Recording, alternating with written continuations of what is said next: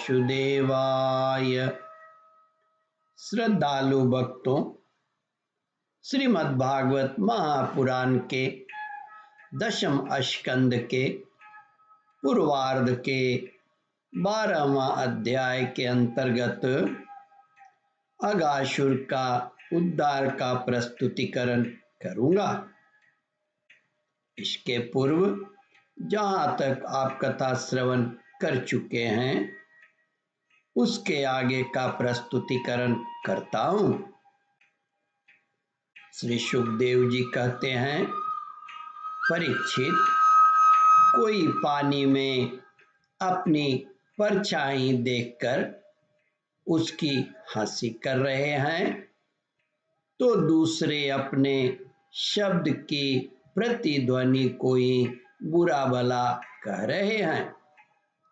भगवान श्री कृष्ण ज्ञानी संतों के लिए स्वयं ब्रह्मानंद के मूर्तिमान अनुभव हैं। दास्य भाव से युक्त भक्तों के लिए वे उनके आराध्य देव परम ऐश्वर्यशाली परमेश्वर हैं और माया मोहित विषयांधों के लिए वे केवल एक मनुष्य बालक हैं।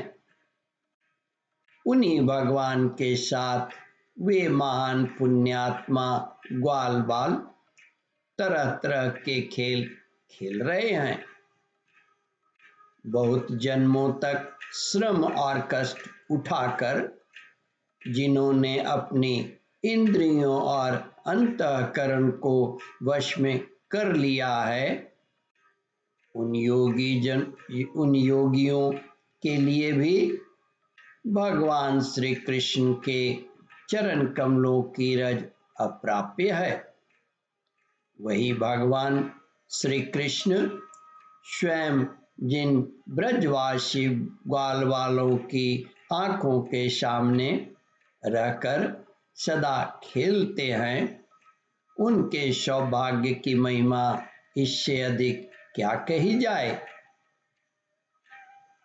श्री सुखदेव जी कहते हैं, परीक्षित, इसी समय अघासुर नाम का एक महान दैत्य आदम का उससे श्री कृष्ण और ग्वाल वालों की सुखमय क्रीड़ा देखी न गई। उसके हृदय में जलन होने लगी।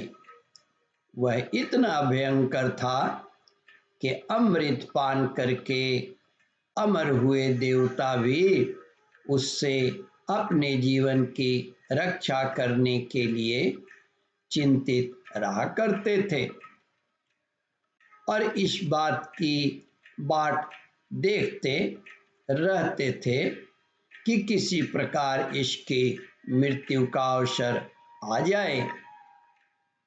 अघासुर पुतना और बकासुर का छोटा भाई था, कंस का भेजा हुआ था।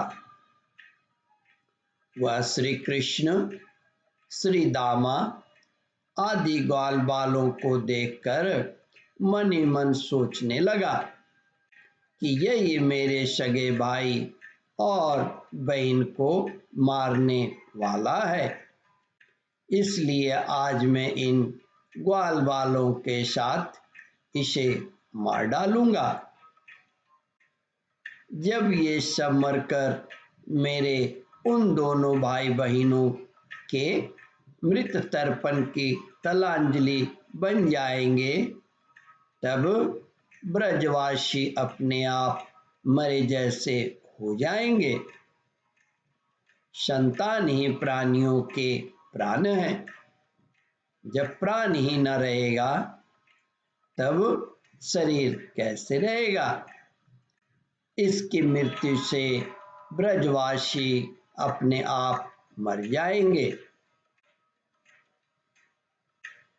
ऐसा निश्चय करके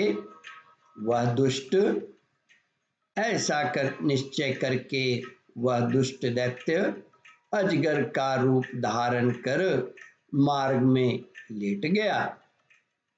उसका वह अजगर शरीर 1 योजन का मतलब 6.4 किलोमीटर, उसका वह अजगर शरीर 1 योजन लंबे बड़े पर्वत के समान विशाल एवं मोटा था। वह बहुत ही अद्भुत था।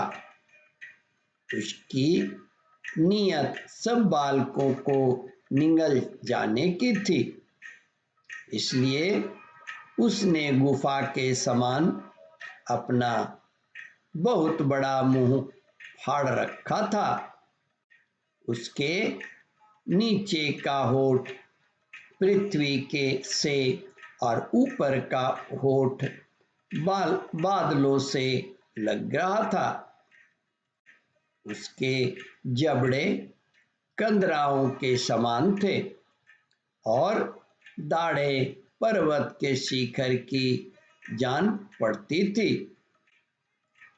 मुंह के भीतर घोर अंधकार था। जीभ की एक चौड़ी लाल सड़क सी दिखती थी और आंखें दावानल के समान धधक रही थी। ओम परमात्मने नमः।